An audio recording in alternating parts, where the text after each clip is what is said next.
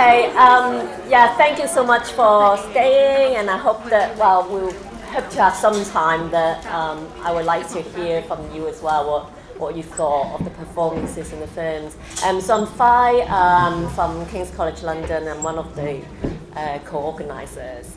And I've got great panellists here. I'm going to just very briefly introduce them because of time, but I hope they can say a little bit more about themselves.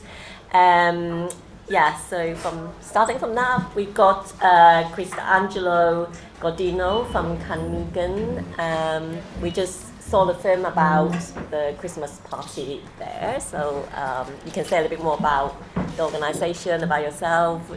Hi everyone, good evening. Thank you so much for having me and our organization Kanlungan in this platform. So Kanlungan is a Filipino and Southeast Asian organization. So we're a charity that helps victims of trafficking, of domestic violence, and also responds, empowering them by raising political awareness and their rights. And so that's a lot of work. And we also collaborated with Protection Approaches, with On Your Side, doing casework advocacy to help victims of racism and abuse and bullying and hate crimes in the UK. So I think that's us. Thank you. And I just go from this direction. So Hanna, do you want to say a little bit more? You're one of the filmmakers of the documentary that we just saw. Yeah, so we collaborated with Kanlungan, me and Georgina, who's over there. Yeah, I'm gonna call her out. Hi. So we did the little Christmas documentary, and it was good to see the lechon again. I hope you guys are hungry because I am too. But yeah, I'm a master's student at City, so that's how I found out about this. Great opportunity. Cool. This is Valerie Tay, and you've seen her performance. So. Sorry. Hi everyone, my name's Valerie, my pronouns are she and her, and I got involved with this project reading the newsletter from besea.n. Super last minute addition to the project, and it was truly such an honour to collaborate with a great range of students and members of the public. Really proud of the piece we created. It really was from the heart, and it's been so moving to be here tonight and witness what else came from that collaborative workshop back in October. So thank you for being here. Thanks for supporting us. Thank you. And we've got Amy Phung from besea.n, one of the co-founders of the organisation. I have to say, for me too personally, through the pandemic, besea.n and what they were doing was just inspirational. So yeah. Thank you. You inspire me, so right back at you. Yes, so I'm Amy from Britain's East and Southeast Asian Network. We are a non-profit organisation. We are here to educate and empower East and Southeast Asians in the UK. We do various things like providing resources. So recently we had a Lunar New Year resource. We also launched UK's first ever East and Southeast Asian Heritage Month, which happens every month in not every month, every year in September. I wish it was every month. It should be. Every year in September, so we invite people to take part, hold events, celebrate being East and Southeast Asian. We do things like active bystander training, a variety of things. So please come onto our website if you want to find out more. And sign up to the newsletter, because that's how you hear about things like this. So great. Daniel Low from Wingate, who's a writer, filmmaker, actor, musician, all round, interesting, great guy. Fan. So would you like to say a bit more? And also I think maybe start from you, how did you experience the performances and the films as well? First of all, I should say, I'm absolutely blown away by the stuff people did, the things they created.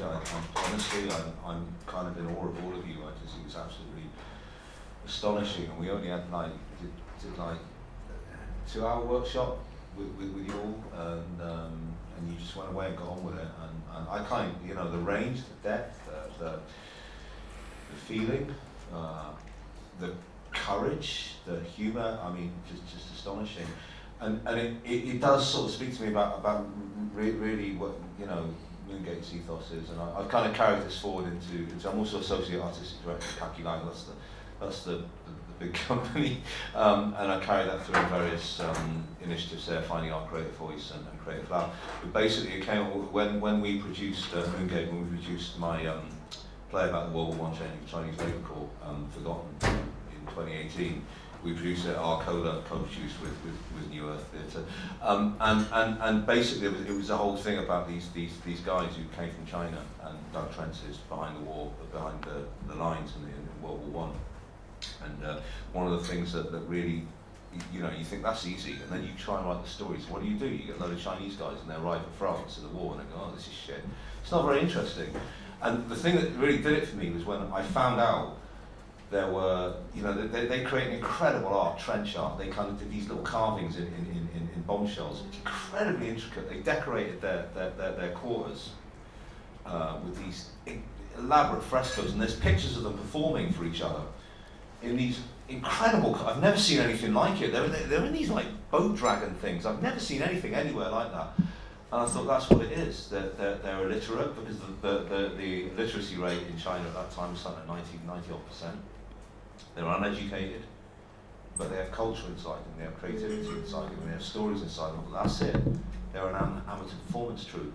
And that's what we kind of carried forward with Moongate, that really it's often seen as a kind of elitist thing to kind of make stories and perform and make films. It's seen as something that only very clever people, you know, very educated people, very rich people, usually white, usually men, they're the only people who can do that. And actually, no, I think it exists inside all of us, and it's kind of letting it out, really. And so, look, this is, honestly, brilliant, amazing, incredible work. Thank you for that, honestly. Thank you, Daniel. What about you, Amy? How did you respond to the performances and the films?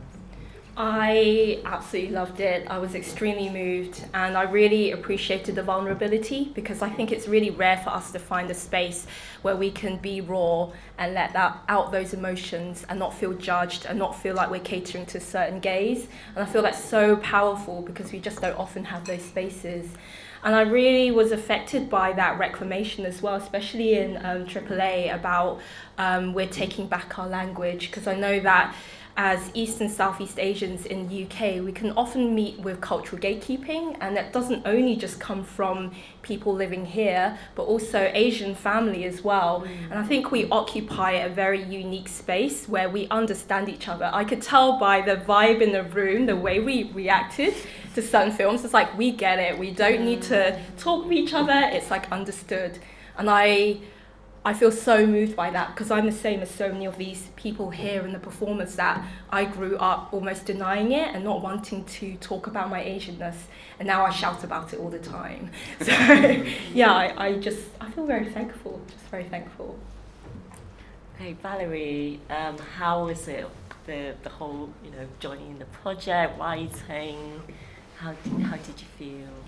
So I didn't really know what to expect, and as Amy just so perfectly put it, for so many years in the UK, existing as an East Asian person, I just kind of shut it down for a long time, and it really took sort of the start of COVID in 2020, as many of us sort of felt, to kind of band together and actually reclaim that sense of my cultural heritage and identity, and not just in a very monolithic sense, but I think in the ways and intersections that we tried to address in our piece as well, that we carry many different identities and we can wear lots of emotions, and that is what makes us beautiful, complex human beings, in sort of resistance to being put into boxes and ticking sort of labels.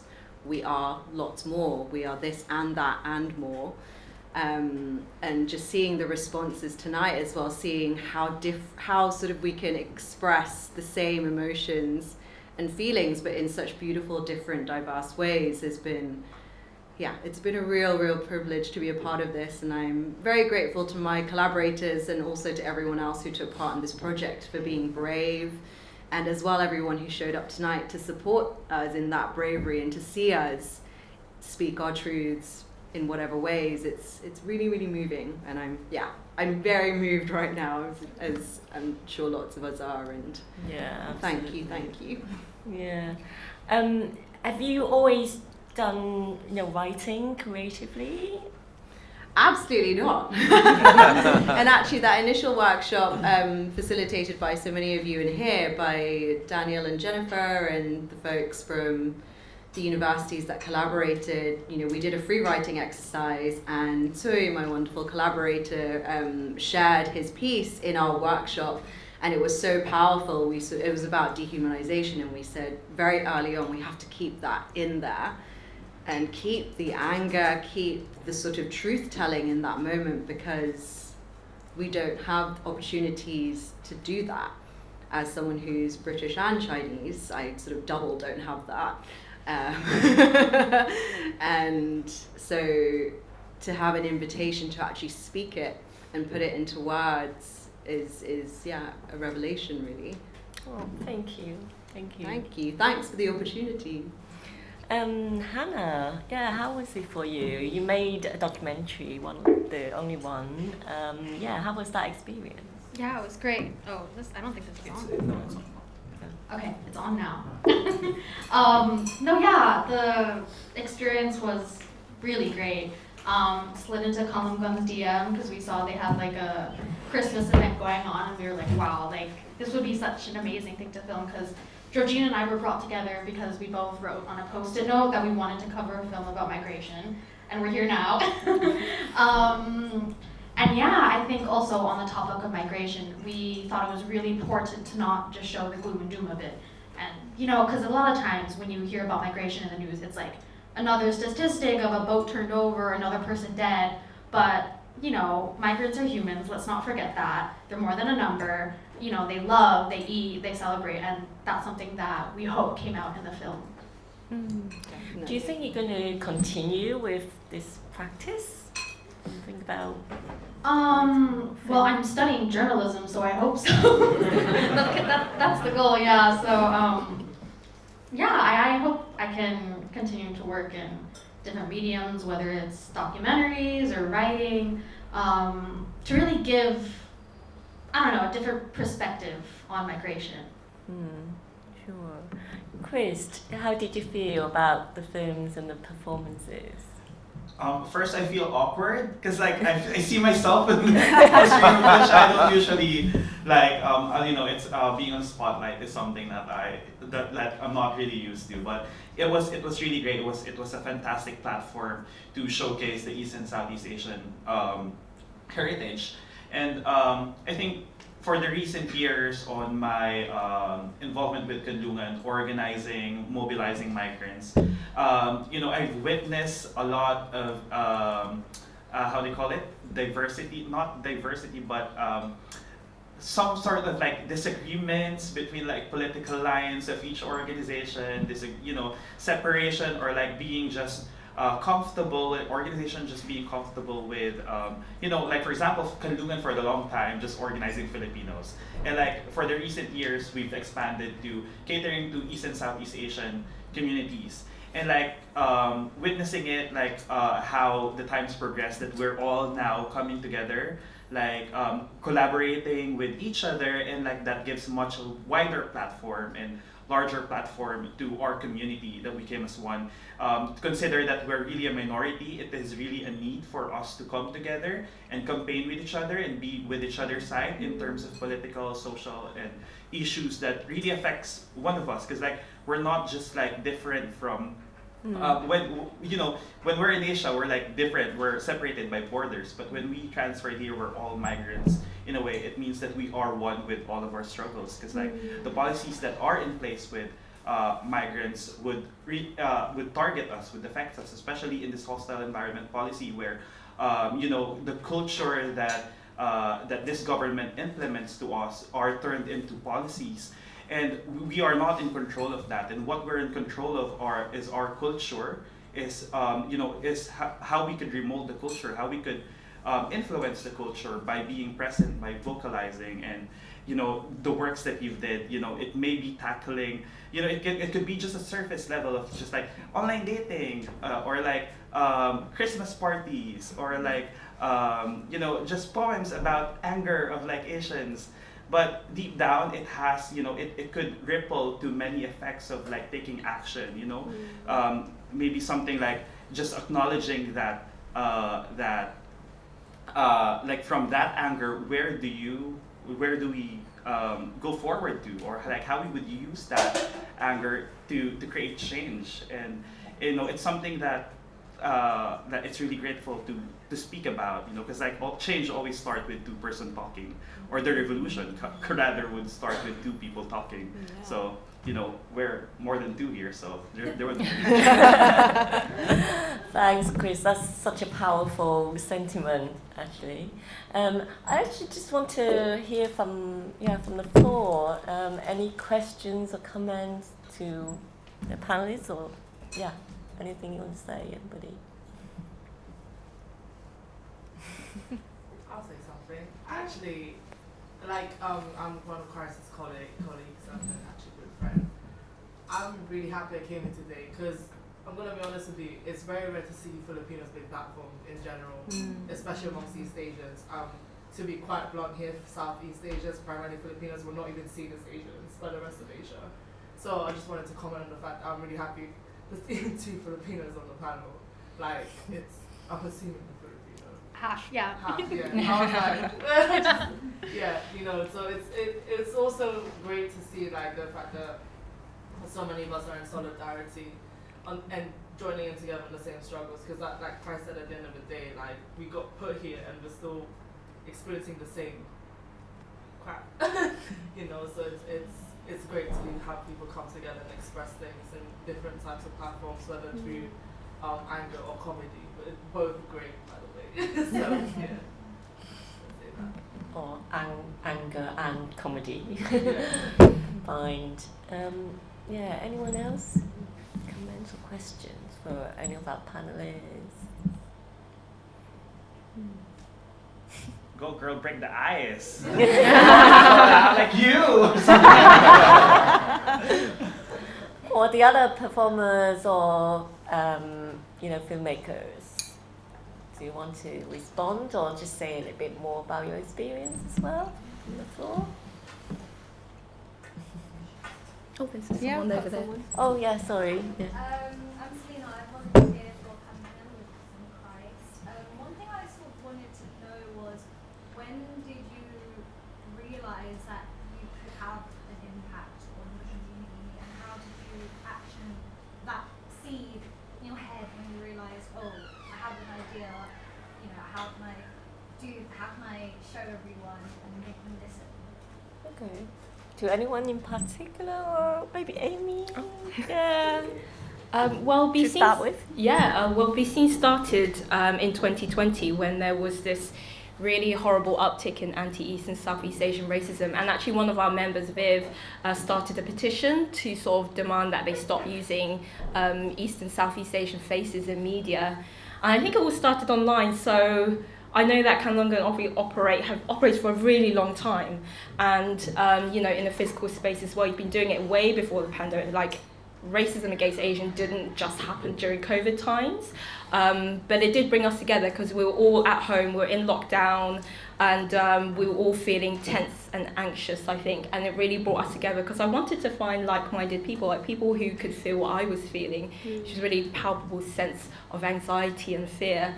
And so I think it's all about finding like-minded people, finding people who understand you. And I have to say, it's really helped me quite a lot. It's made me realise like all the things in the past that I've ignored. I know we've talked about various forms of microaggression and things like that, even in a parody comedic form in some of the films you've seen, actually really triggers something quite deep inside you, and that we can all feel it. I actually want to speak to the point that you made as well about the erasure of Southeast Asian culture as well, because although I often say when someone says, "But where are you from?" I say I'm British Chinese. I also have Vietnamese roots as well, and I never really talked about it because I feel like the cultural benchmarks that we have, there was Cool Japan, there's a K-Wave now. I feel like people only see Asians in those very narrow frames, and actually we require these spaces to actually delve into the nuance and complexity that we all have. And so I think, to answer your question, I'm going off on a tangent, but yeah, I think it's about finding a safe space where you can actually speak about these things. And I've met so many people now who are like, I also have Vietnamese roots, I also, you know, had for Sunday lunch, as well as, you know, soy sauce chicken. You know, I always used to think, oh, that was just me growing up, no one else had that. But actually, I think with that self-awareness, there's been able to be growth, and I think that's something that I think we're all going on a journey with. And I really love that second panel as well, of people talking all together, like every single line. I was just like, yeah, I'm feeling that. So yeah, I think there's power in that, definitely. Well, Valerie and Hanna, what did you want your pieces to make the audiences feel? Maybe. So I think we identified anger quite early on as a theme, based on actually the initial workshop. And then after some research online, because none of us are professionals, could you not tell, we basically found out that no one wants to hear us screaming and raging and chucking tantrums for 15 minutes. And so we then needed to find a way to make space for that.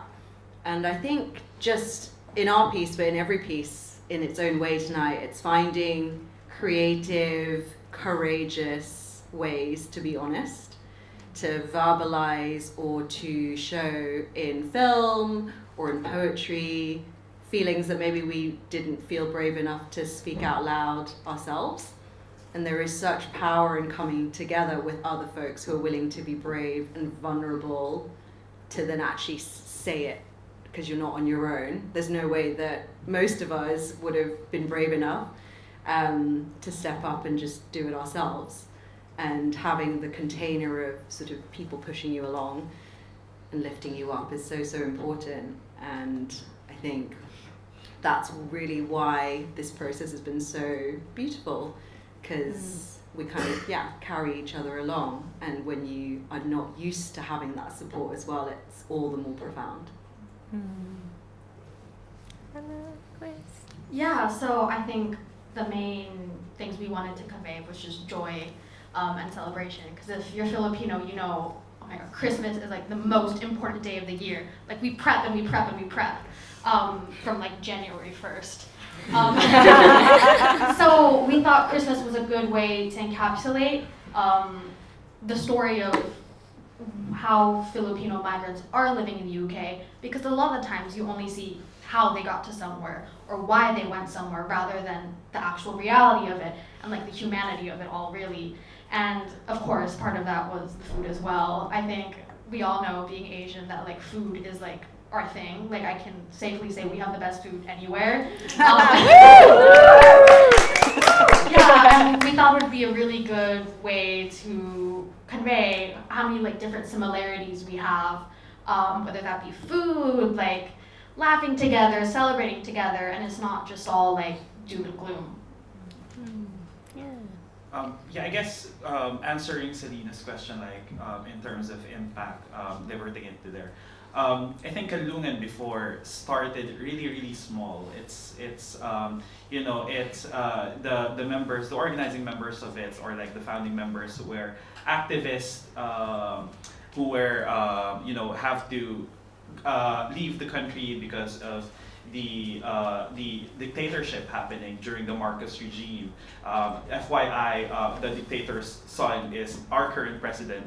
So I think during that time, the labor export policy has been hitting to pay off the debt of the dictator, and then, you know, they were sending a lot of Filipinos abroad to US, to everywhere. Like literally 10% of our population are around the world. Like you'll see them in Africa, in, you know, everywhere, literally.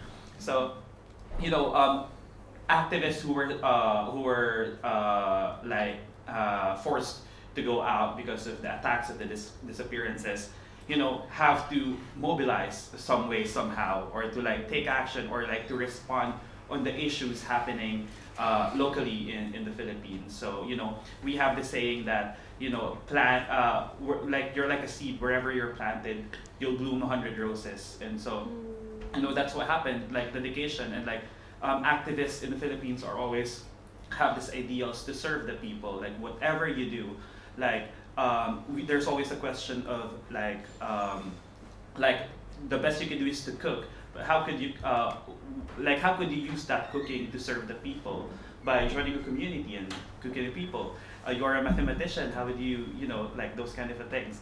So I think it started there by like maximizing the very least thing that maximizing the very best you could do, and like, you know, when you gather all like individually and gather all collectively, you have different skills that you could maximize to serve the community and organize and mobilize and, you know, invite these people to take action, to campaign.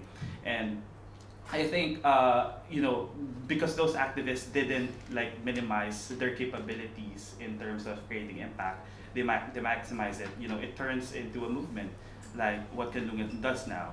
And also FDWA with Filipino Domestic Workers Association, I think they started because like one member have been rescued by a kababayan or like a family. So like she asked like what she could do to pay it forward. So she started going to the parks and noticing other domestic workers who are also being abused by just like, you know, by looking, because like she knows that how is the treatment of a domestic worker is like. So she could spot easily who are being abused. So, you know, she started handing letters with her numbers and to call and to respond to the rescue mission. And then, you know, it ripples to become an organization, to create a platform for domestic workers. So I guess it's, we could all have impact if we all work together, and if we maximize each other's and give importance with each other's skills, no matter how big or small it is.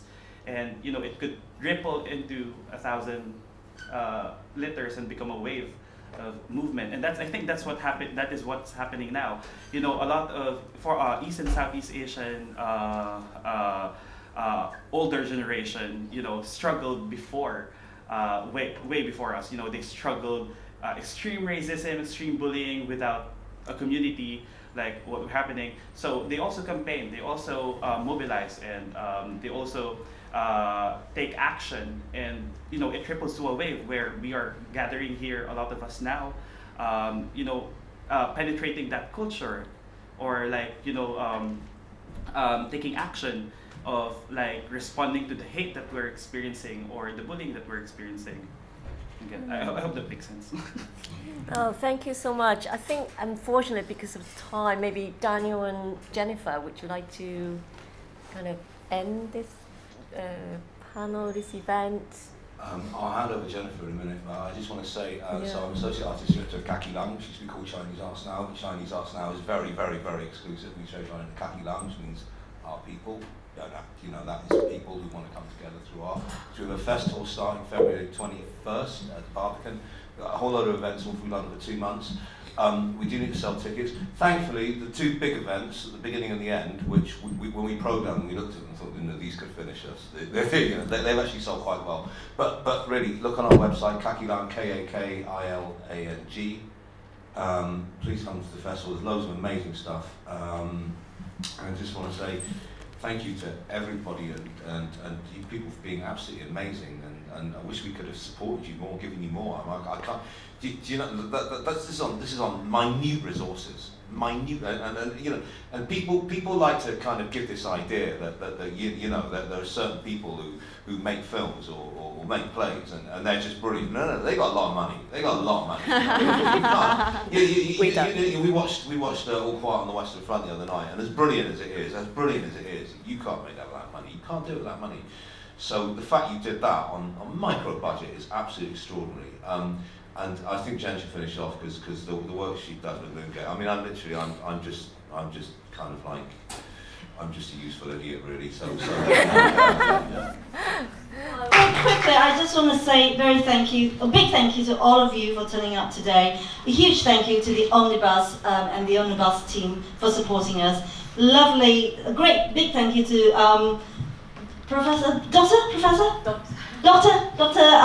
Wing-Fai Leung, Dr. Diana yes, Dr. Jonathan Gray, who writes a very mean blog as well, so do check it out. And also the fact that I want to reiterate what Diana said, he's not an idiot, that we did We Are Not Virus at the start of the pandemic, where we commissioned 10 writers, because as Moongate, we believe we want to smash stereotypes, and that creativity is inherent in every single one of us. So, and what happens tonight couldn't have been more evident than that. Do you know what I'm saying? And to reiterate what has already been said, that creativity is not the preserve of a selected few. I think it's in us, and also when it comes to Asians as well, the media representation of Asians, we are not often seen in a creative light. So I think tonight just basically smashed that to smithereens.